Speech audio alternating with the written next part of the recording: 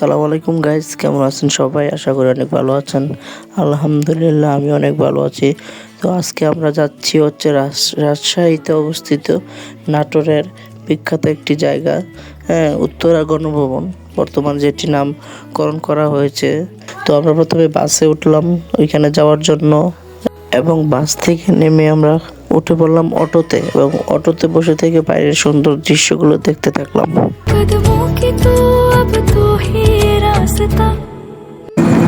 Hello.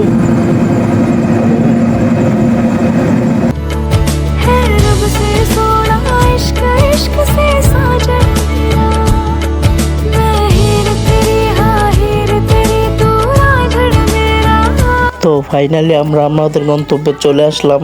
আসার পর দেখলাম যে সত্যি আসলে বাইরে থেকেই খুবই সুন্দর লাগতেছে দৃশ্যগুলো।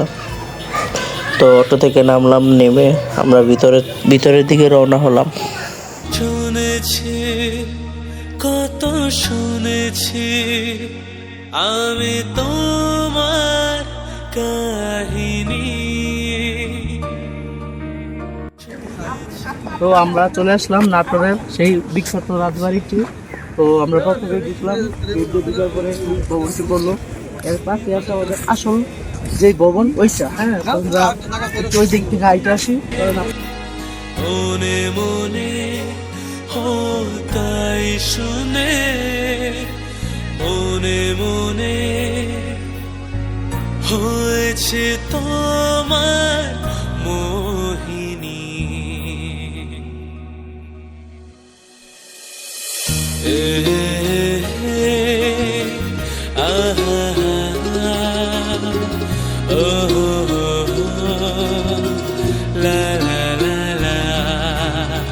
বলবো তোমায় আজকে আমি একটি মেয়ের গল্প প্রেমের।